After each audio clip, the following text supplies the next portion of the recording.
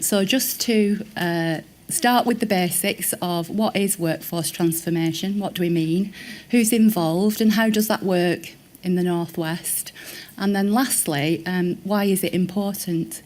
And I've just got 5 minutes at the end for a video just to reflect on why we do what we do. Okay, so workforce transformation is one of these terms that means different things to different people. And I very often get into conversations and people say, what do you do? And I say, oh, I'm in workforce transformation. And it's met by a, oh. So these words are the result of a quick straw poll of colleagues. What do we mean by workforce transformation? So people said innovation, changing things for the better, large-scale change, working across, many organisations, and something about being responsive and flexible and fit for the future in terms of how we work. And one person pointed out that, it's very important that when we talk about workforce transformation, it's truly driven by patient need and service need. And it's not about us as individuals, it's not about our continuing professional development. And I heard an interesting one a couple of days ago, a definition of transformation. And this guy said, change is about doing the same things differently. Whereas transformation and growth is about doing different things. So I think that's quite deep, but I'll leave it with you. We do have a definition with the workforce transformation team, and that's about developing a workforce that's responsive to changes in healthcare now and in the future. So there you go. So who's involved in the Northwest and how does it work? Well, you probably know that Health Education England an arm's length body, and we are responsible for workforce development, strategy, education and training. And we work in partnership with local organisations in various different ways, various different networks. One of the ways that we engage with partners is through local workforce action boards, or LWABs. I don't know if you've come across that term yet. So we have 3+1 LWABs in the Northwest. There's one in Greater Manchester, there's one in Cheshire and Mersey, there's one in South Cumbria and Lancashire, and then we are involved as partners with the North Cumbria LWAB. And they're all linked to sustainability and transformation plans. I'm sure you've all come across STPs. Another way that we work with partners is through professional networks, and that's why we're here today, talking about how we will develop the workforce of the future. And there are various professional groups, allied health professionals, healthcare scientists, for example, and regular conversations take place through the networks.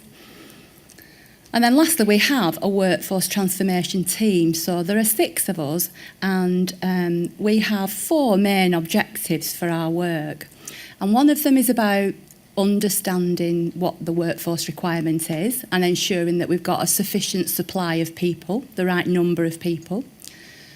The second objective is around upskilling the existing workforce. So given that people who currently work in healthcare, the majority of them will still be around in 5 years' time and even 10 years' time.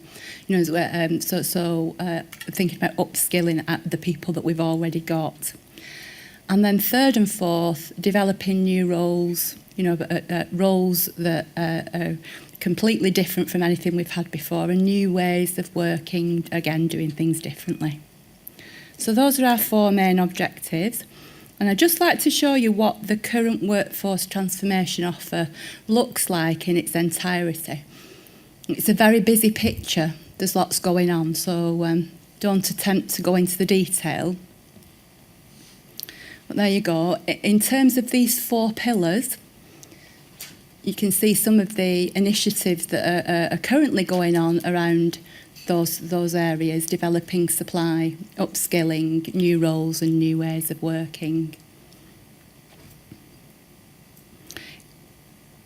there is a lot of detail, as I said, but if anybody would like to get in touch and chat about what's involved in that workforce transformation offer, and by offer I mean, you know, what can the workforce transformation function do to support organisations in growing the workforce. So just to move on then to why transformation's important. Jackie talked this morning about the 5-year forward view and about the mental health task force report, and you know we've got a mass of challenges there for the workforce. We've also got 4 sustainability and transformation plans in the Northwest that we need to work out what the workforce requirements are to support those. And just in terms of all that policy and strategy, having read through those, I come up with some questions about workforce, and some of the things that occurred to me were about how do we better support people for self-care and the prevention of illness. You know, we tend to focus on treatment of illness at the moment, and we need to change that around.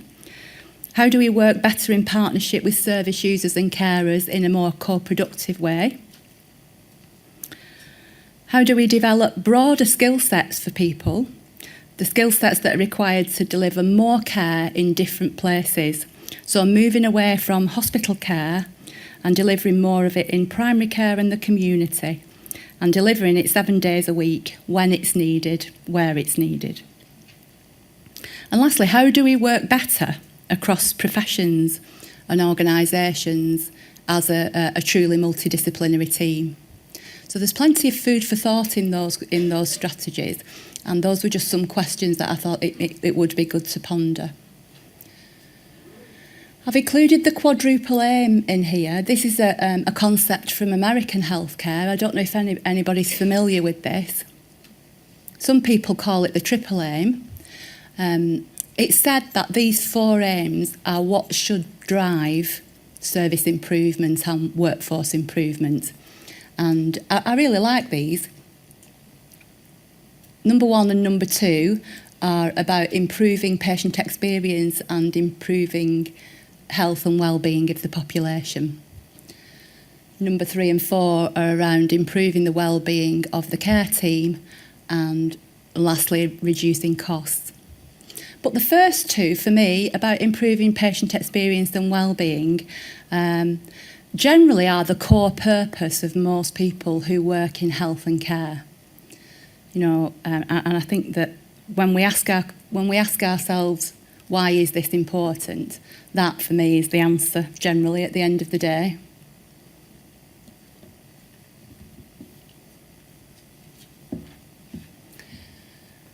When I think about what our core purpose is and why we do what we do in health and care, it just reminds me of this little story about President John F. Kennedy. You've probably heard it. He went to Cape Canaveral and he came across the janitor who was mopping, and JFK said to him, "What are you doing?" And the janitor said, "I'm helping to put a man on the moon." So, you know, that always helps me to remember to think about what our core purpose is, and that is about patients and service users at the end of the day. So I thought I'd just finish with a short video with a few patient stories about recovery.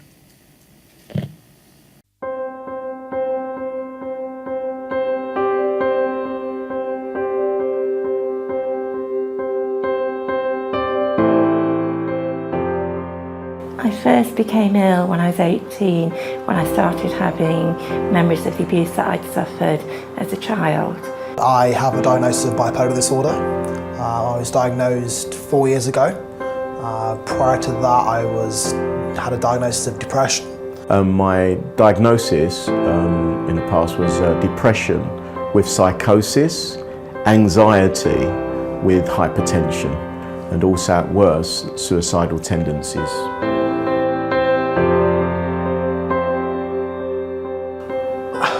Trying to find the words to describe it, but it's almost impossible to. I was 19 when I went into hospital. I found it very difficult. It was quite terrifying, and nobody really explained what was going on. It was a very confusing time for me, because I knew that something was wrong. I felt very afraid to go out. I felt people were watching me.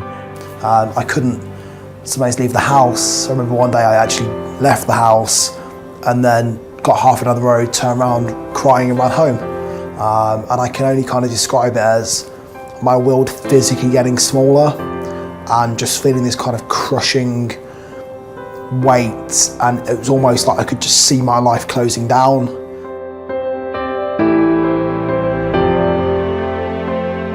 The hardest point was in about 2006 when I'd gone through a period of having been taken off the medication I was on and onto different medication, and ended up taking quite a major overdose. The hardest part of my illness really was leading up to when my mother was very, very ill. And her passing when she died, that was like the final straw for me. And that's when I went into even more deeper depression. Well, for me personally, I kind of went into the stage where I was sleeping, but then I couldn't sleep. So I was never really awake and I was never really asleep. This really unnatural feeling, I was suicidal at this point, and sat there, consciously, Googling different methods for suicide. The turning point for me was when I was finally admitted into hospital, and quite quickly I realised that I needed help.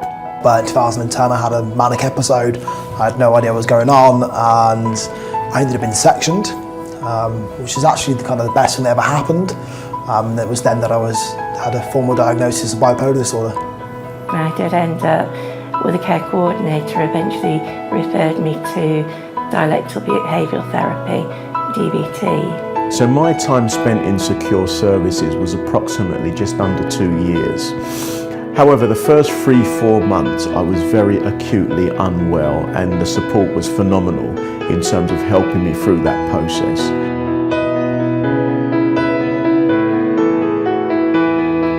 When I was using mental health services, I often felt disempowered, and that things were being done to me rather than with me. So having more control and being able to make my own decisions using the skills or the mindfulness or the distress tolerance, doing something making myself do something that I enjoy doing until I feel better, has helped. I keep myself well with, first and foremost, my medication. I've taken responsibility of ensuring that I take my medication daily. I see the importance of that. Okay, so I've been really blessed to receive different talking therapies. One of them was called Mood on Track, which was kind of like a classroom setting. Me and 9 other people with the condition. We would meet every Tuesday morning, and we would literally learn about bipolar disorder.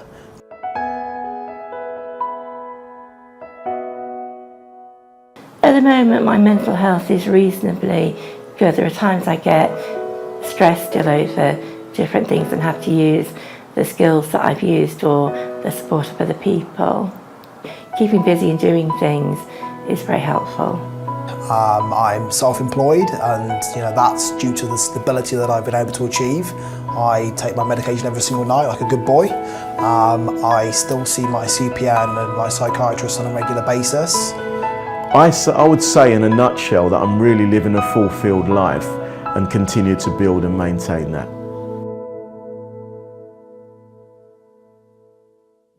Feel free to get in touch. Happy to have a chat whenever you like. And there'll be an opportunity later this afternoon to have some discussions about what your priorities are for the workforce and how that can help to shape the workforce transformation offer for mental health. So that should be a good opportunity. I think that's about all now. Thank you.